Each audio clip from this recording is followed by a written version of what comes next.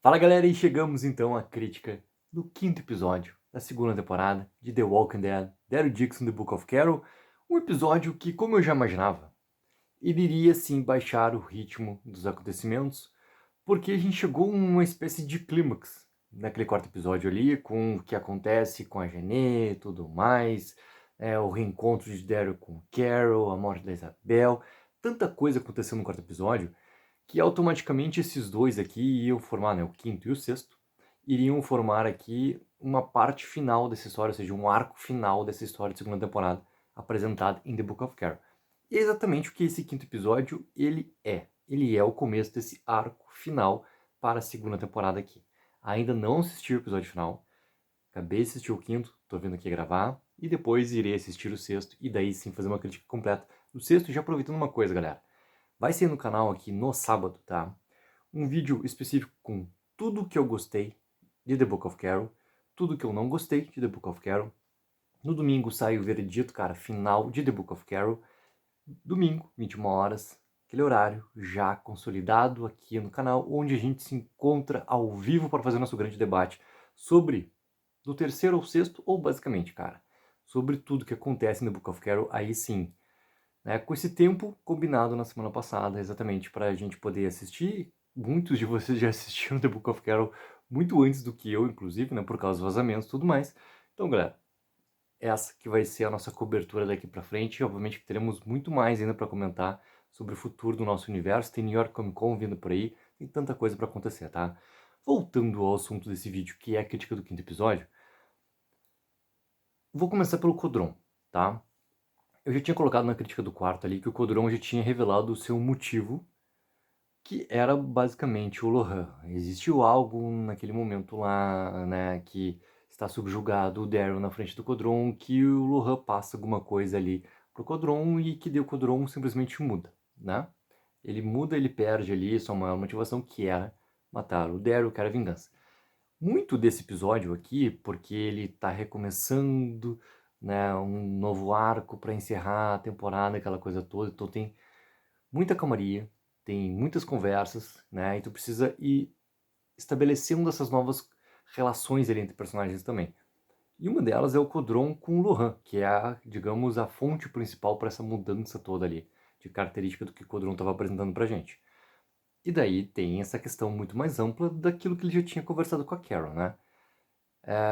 Cara, acreditar em Deus, a fé, aquela coisa toda, para dar força para a questão do Lohan ter algo dentro dele que realmente consegue tocar as pessoas.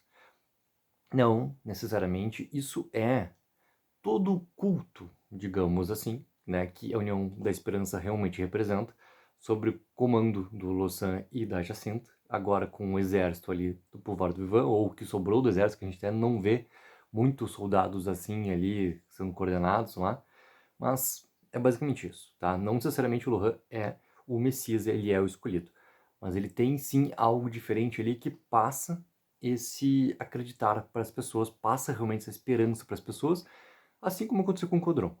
E aí, cara, tem esse fator muito subjetivo, tá? Sobre o gostar ou não, sobre o que acontece realmente com o Codron nesse momento final. O quinto episódio, ele é o responsável por ir protegendo o Lohan. Essa é a função dele. Até o momento de conseguir entregar o Lohan e o Daryl em segurança para eles irem para essa parte final da jornada. Eu ainda não vi o sexto episódio, então obviamente vou falar até do ponto que eu vi. Essa é muito a função do Codron. Então o motivo dele não ter feito o que ele fez lá, né, ou o que ele estava procurando fazer por tanto tempo, é essa explicação. Eu gosto, cara, assim, eu entendo muito que o roteiro precisava dessa alteração ali, mas essa mudança toda do nada do Codron por uma ou outra fala do Lohan naquele final de temporada da primeira, cara, não me convenceu. Não me convenceu. Eu acho que o Codron é um personagem muito massa, tá? Gosto do personagem, assim como gostava muito do personagem da Gené. Ele, talvez, assim, desse lado de antagonismo, é os dois mais bem desenvolvidos, né? O Lousan teve um bom desenvolvimento também, porque ele tem seu encerramento, já falaremos sobre isso. Gosto do Codron, só que acho que falta força para essa mudança toda dele. Mesmo que tu tente amparar tudo isso naquele diálogo dos dois lá, depois de comer lá, né, a verdura, aquela coisa toda, falta força, assim, pra amparar realmente uma alteração toda de característica de personagem ali, pra realmente isso ter um grande valor. Pra depois ele também começar a ganhar a confiança do Daryl, por exemplo. Falta força, entendeu? O personagem, por exemplo, na ação, cara, ele sabe muito bem ser utilizado. Isso a gente já tinha visto na primeira temporada, e a gente vê novamente isso acontecendo na segunda temporada. Eu gostaria muito de ter visto a minha teoria, tá? Que era minha, não era algo que tinha sido de nenhum insider, nada, nenhuma dica. Inclusive nas críticas da galera americana já tinha assistido The Book of Carol por completo. Eu queria muito que o tal composto lá que transformava os zumbis em, né, naquelas variantes lá, né, variantes, com aquelas loucuras todas que não são as variantes que a gente queria, as variantes, por causa do composto. Num confronto com o Daryl ali, eu gostaria muito que isso tivesse acontecido ali, porque iria dar uma força até diferente para essa tentativa toda de redenção, que realmente ela acabasse não acontecendo por algo que viesse e forçasse ele a voltar pro principal que ele estava sendo na primeira temporada. Esse grande antagonista, inclusive físico, para o Daryl. Como a série estava revertendo essa situação ali, e agora com motivo, pô, se tivesse algo assim, cara, iria criar essa tensão definitiva tão bem preparada pela série por completo desde a primeira temporada. Mas ok, é o que o roteiro quis, é o que apresenta, e eu tenho, cara, minhas ressalvas enormes com essa escolha ali. Mas ok. Aí a gente chega nessa parte toda do Lohan, por exemplo, não querer ir embora com eles, né? E o motivo também entra nesse campo, cara, que é assim, tá, ele não quer perder o Daryl, porque ele perdeu a todos, então isso automaticamente vai acontecer com o Daryl também. Então ele quer ficar para trás. Tá, mas qual é a diferença dele ficar para trás se ele não sabe o que vai acontecer com o Daryl? É independente, né? O que seria mais seguro, por exemplo, para ele estar junto com o Daryl, já que ele foi atrás do Daryl no final da primeira temporada, né? Ah, tá, mas querendo ou não, as piores perdas dele são na segunda temporada, quando ele perde a Silva e depois perde a Isabel. Ok, mesmo assim, ele vai atrás do Daryl no final da primeira temporada. Ele que é o personagem que impede o Daryl de entrar no barco e ir embora pra casa, né? Teoricamente é isso que acontece, mesmo eu tendo achado que tem um algo mais ali do Daryl nessa questão do ainda tentar ser feliz, querer ser feliz, né, merecer ser feliz e por isso que ele também fica para trás. Ok. Então agora simplesmente ele decide daí, não vou junto por causa disso aqui. Tá. Aí naquele diálogo final, ele fala novamente não pro Daryl. Aí o Daryl, pô, não, mas olha só, pensa bem, não sei o que, daí ele decide, tá, não. Abre o sorriso e, não, vamos junto, é isso aí, vamos pegar, né, as nossas coisas aqui e vamos partir. Cara, esse elemento de dificuldade para ele querer ir junto, para mim era muito melhor ter mantido ainda com mais força para não perder o impacto dramático desse final. Ele perde muito impacto dramático quando, numa última conversa ali, depois que já tinham tido a conversa novamente lá na boate, né? E a conversa da boate, assim como a conversa antes lá, quando eles estão junto com o grupo, cara, são conversas muito bem construídas que vão realmente dizendo que existe um algo a mais ali, né? Por que que o Lohan não quer ir embora com o Daryl? E ele fala muito na questão de felicidade, ele fala muito em questão de estar ali, tipo, com pessoas onde se sente bem, depois de muito tempo ele se sente bem, para depois chegar num outro fator que é daí o fator verdadeiro, que é não perder o Daryl. Mas isso tudo perde um peso dramático quando tu simplesmente chega no final e dois diálogos tu finaliza toda essa questão. Finaliza. Ali, cara, alguma coisa diferente deveria ter acontecido realmente para que ele fosse o sim ou fosse o não, tá? Independente se o roteiro precisa que ele vá junto, se essa realmente é a melhor parte, é o melhor caminho para o personagem, que tu não perca esse peso dramático que tu mesmo construiu durante esse mesmo episódio. O mesmo episódio constrói dois momentos entre esses dois personagens para criar esse peso dramático, para daí em dois diálogos simplesmente desconstruir tudo isso e perder muita força para a resposta ser sim. Por mais que assim, ó, sinceramente, o Lohan vai embora com o Daryl. é isso, entendeu? Como não vi esse episódio, não entendi ainda o que aconteceu, né? Os fatores finais ali, cara, ele vai embora com o Daryl. Tudo isso estava construído desde o momento que a Isabel também aceita ir embora com o Daryl, quando descobre a verdade do que é a União da Esperança. Então, a ligação completa do Lohan nesse mundo novo não é com o Falou, não é com qualquer outro que tá lá junto do grupo em Paris. Não, cara, é com o Daryl. É com o Daryl. Ainda mais agora que ele não tem, principalmente, a Isabel. A Sylvie, mas principalmente a Isabel. Então, é obviamente que ele iria embora com o Daryl, tá? Vamos chegar nessa parte que pra mim, assim, ó, é um ganho fenomenal do episódio, tá? E talvez seja o ponto mais forte do episódio do que ele realmente ganha de tensão, que é toda a sequência da boate. Cara, toda a parte da boate é muito massa porque a personagem que está no comando agora aqui, né, substitui o Queen no comando da boate e na real, substitui o comando desse submundo por completo ali do que acontece em Paris.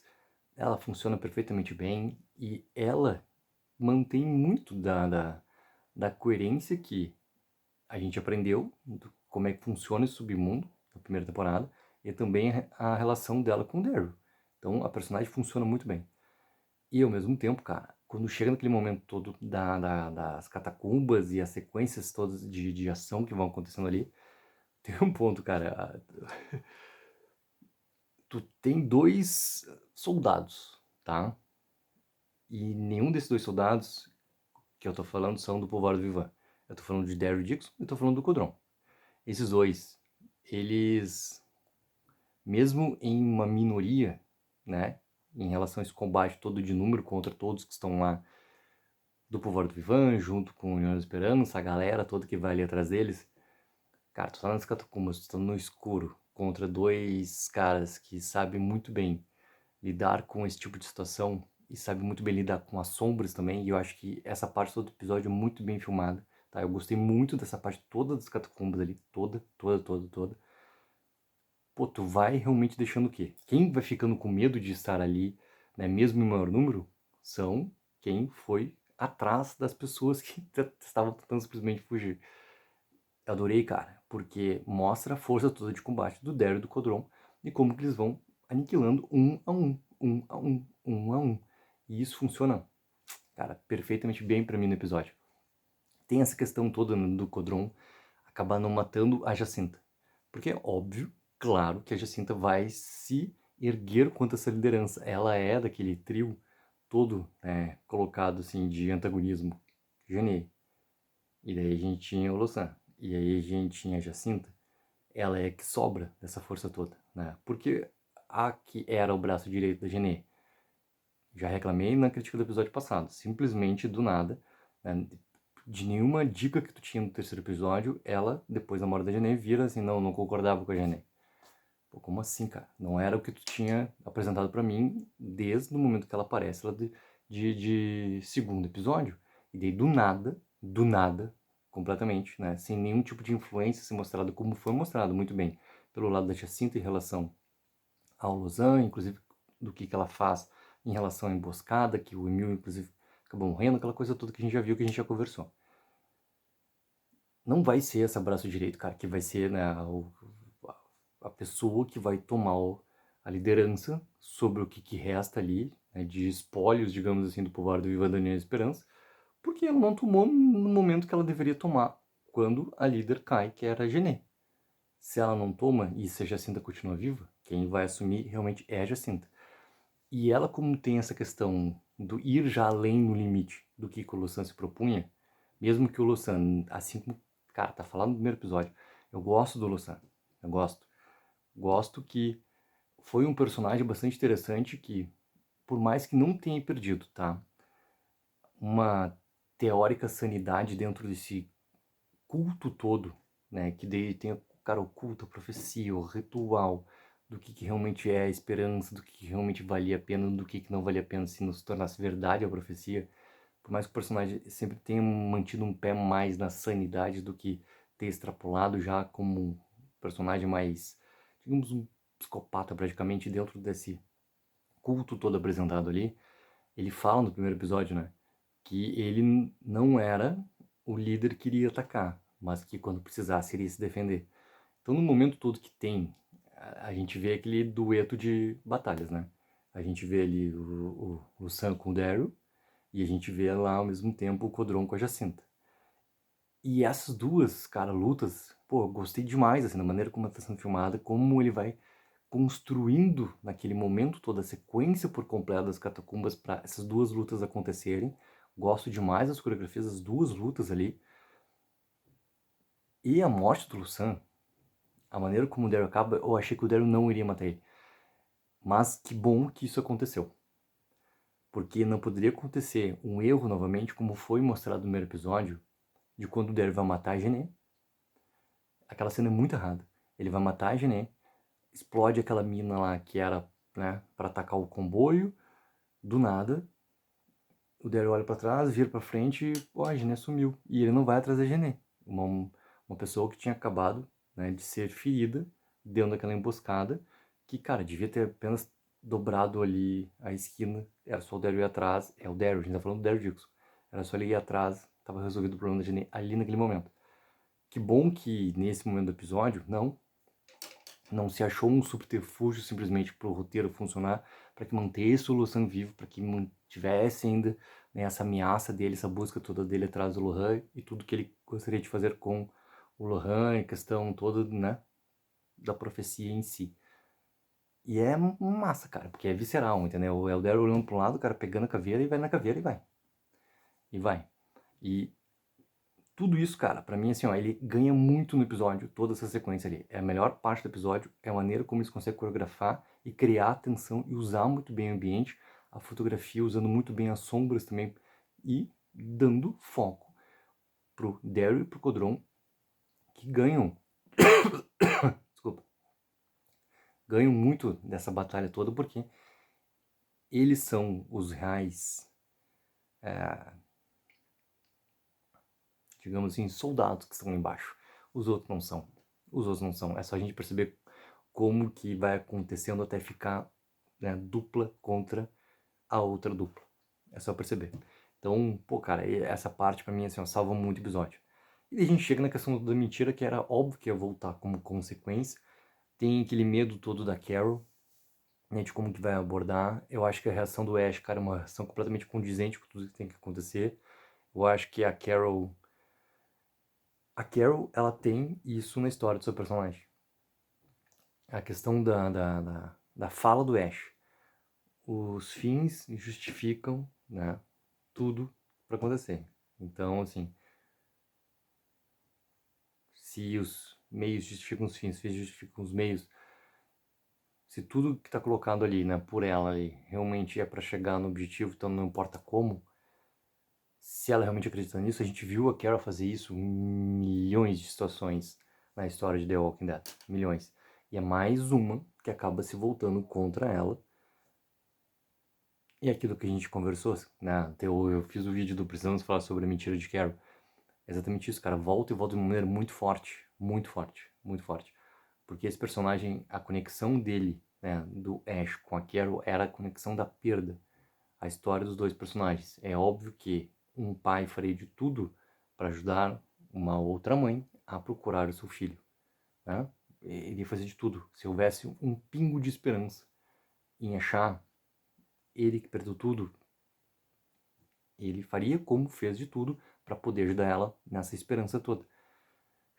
E a consequência, ela acontece. Ela acontece. Eu até, né, a questão do número de pessoas ali, como acaba o episódio em relação ao avião, cara, era algo que eu já tinha imaginado que poderia acontecer.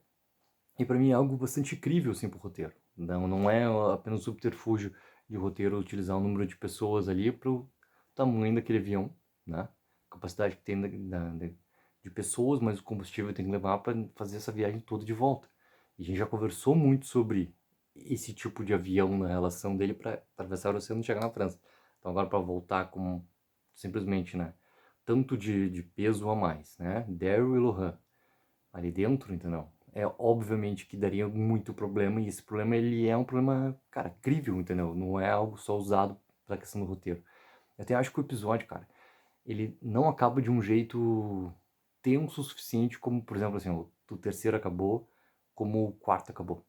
Eu acho que esse quinto aqui, ele dá uma perdida de força ali, Só que talvez seja com a definição do Lussan, tu entrega um pouquinho assim de tensão, porque a Jacinta dá aquela mexida nas catacumbas que ela tá acordando, né? Porque ela foi simplesmente arremessada na parede pelo Codron, e ela tá começando a recobrar sua consciência ali. Talvez aquela cena poderia ser um momento final, entendeu? Para te criar um pouquinho de tensão a mais do que apenas esse fator de decisão. Porque em nenhum momento a gente vai ter Carol, Daryl e Lohan se separando. O Ash tem que estar junto, porque o Ash é o piloto do avião. Então ninguém vai ficar para trás. Não existe ficar para trás. Ah, não, mas o Daryl vai se colocar e ficar para trás. O Lohan não vai junto com a Carol. Então, sabe, para mim, enquanto fã, a situação criada para criar essa tensão funcionaria muito mais a questão da Jacinta, porque ela é a tensão maior de ainda ter esse perigo atrás do Lohan e, obviamente, ir atrás de Carol e Daryl que estão ali, entendeu? Então, sabe, são consequências ali de final de episódio que podia dar um gancho, acho que para mim, um pouquinho melhor do que acontece nesse quinto episódio. Mas para mim, assim, ó, cara, é um episódio que ele dá uma baixada, que precisa dar, porque ele é no começo de um arco final, de uma história final para encerrar a temporada, e ao mesmo tempo, ele dá uma baixada também em relação pro meu gosto do que foi o quarto, o que foi o terceiro episódio, que são para mim os dois melhores episódios da temporada ali, tá? Obviamente até agora, porque não assistiu o sexto episódio. Então assim, galera, coloque nos comentários o que acharam sobre esse quinto episódio de The Walking Dead, Daryl Dixon, The Book of Carol, e logo em breve iremos conversar sobre o sexto episódio e muito mais, e muito mais. Take 04, viva o sonho aqui.